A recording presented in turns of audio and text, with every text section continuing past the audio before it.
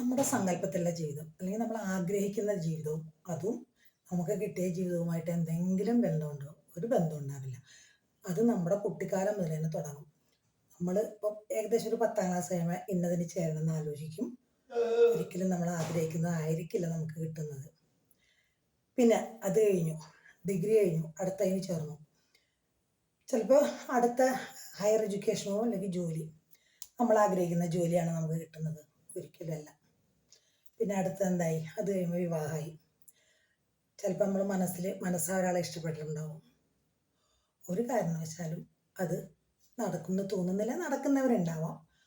അവർ ഭാഗ്യവാന്മാരെന്ന് ഞാൻ പറയും. അടുത്ത സ്റ്റെപ്പ്, കുട്ടികളായി.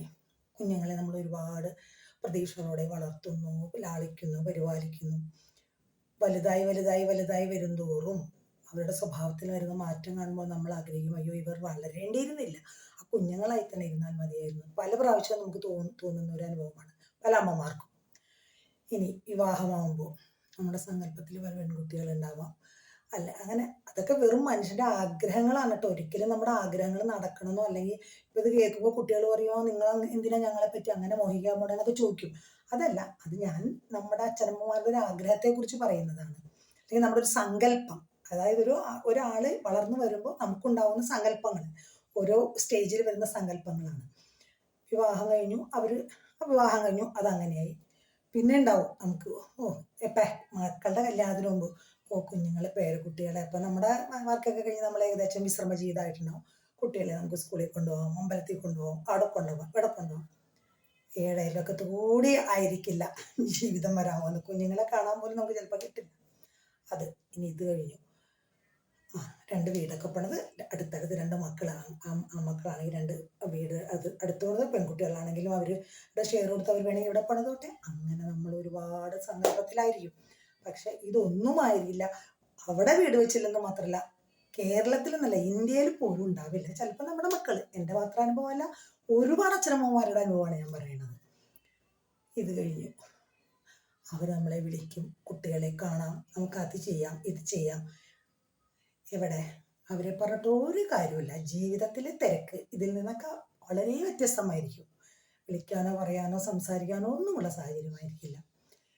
പിന്നെ ഇതുകൂടാതെ നമ്മൾ മനസ്സിൽ പോലും സങ്കല്പിക്കാത്ത ഒരുപാട് വേദനകൾ വേറെ നമുക്ക് പബ്ലിക്കായിട്ട് പറയാൻ പറ്റില്ലല്ലോ. ചില അപ്രിയ സത്യങ്ങൾ നമ്മൾ മൂടി വയ്ക്കുക തന്നെയാണ്. അങ്ങനെ കുറേ അനുഭവങ്ങൾ.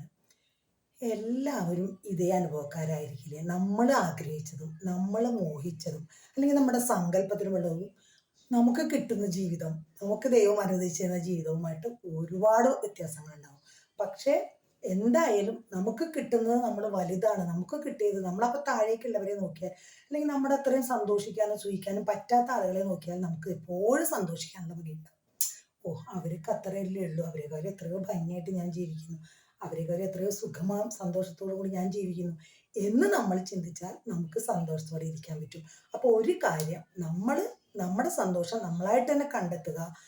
പറ്റാത്തതിനെ കുറിച്ചോ നടക്കാത്തതിനെ കുറിച്ചോ ഓർത്ത് വിഷമിച്ചിരുന്ന് നമ്മളുടെ ആ ഒരു സന്തോഷം, അതായത് വിശ്രമ ജീവിതം, പ്രായമായ ജീവിതം, റെസ്റ്റ് എടുക്കേണ്ട ജീവിതം, വെറുതെ ടെൻഷനോ സങ്കടമോ കൊണ്ട് മനസ്സ് നിറച്ച് നെഗറ്റീവ് ചിന്തകളോടുകൂടി ആദിയിൽ നിന്ന് വ്യാധി വരുത്തി എന്തിനങ്ങനെ ജീവിക്കണം? ഈ ആദിയിൽ നിന്നാണ് വ്യാധി വരുന്നത്. നമ്മൾ ആവശ്യമില്ലാത്ത നെഗറ്റീവ് ചിന്തകൾ ചിന്തിച്ചാൽ നമുക്ക് അസുഖം വരും, നമ്മുടെ ആരോഗ്യം നശിക്കും. ഇതൊന്നും വേണ്ട. നമ്മളെല്ലാം നന്നായ രീതിയിൽ എന്ത് വന്നാലും നന്നായി പോസിറ്റീവായിട്ടൊന്ന് എടുത്തു നോക്കിയാൽ ഒരു കാരണവശാലും നമുക്ക് ദുഃഖിക്കേണ്ടി വരില്ല, ഉറപ്പാണ്. അവരവരുടെ വഴിക്ക് വിട്ടും നമ്മൾ നമ്മുടെ വഴി തേടി നമുക്ക് എവിടെ സന്തോഷം കിട്ടുന്നോ അതിലേക്ക് തിരിയുക.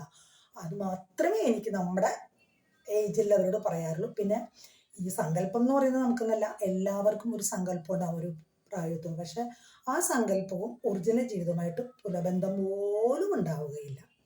ശരിയല്ലേ?